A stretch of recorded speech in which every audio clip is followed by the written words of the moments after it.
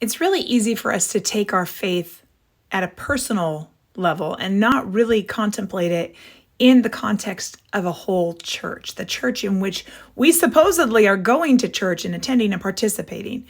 But when we look at the letters to the churches in Revelation 1 through 4, this is really an approach that looks at the corporate body. How is that church in particular living up to what God desires? And the first church we see is the church at Ephesus, which God identifies as doing a lot of really good things. And then he cites what the fault is. He says, I have this against you, that you have abandoned the love you had at first. Remember then, from where you have fallen, repent and do the works you did at first.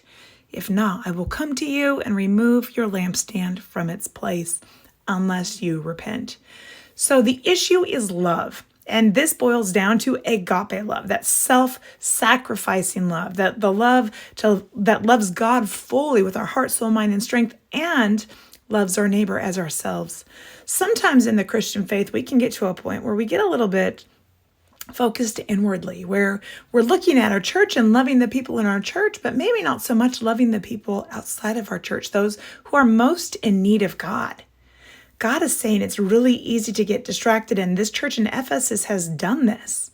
He tells them to repent because their lack of love, and rather their focus on the rigid standards that church has, is not bringing people to him.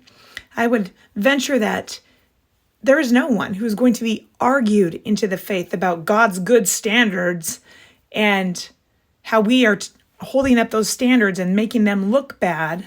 They're not going to come to church or to faith and knowledge of Jesus Christ by doing that. They're going to come because of love.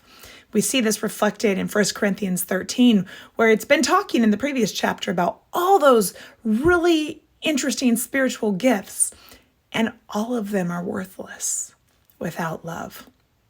God desires love first, and everything else will fall into place.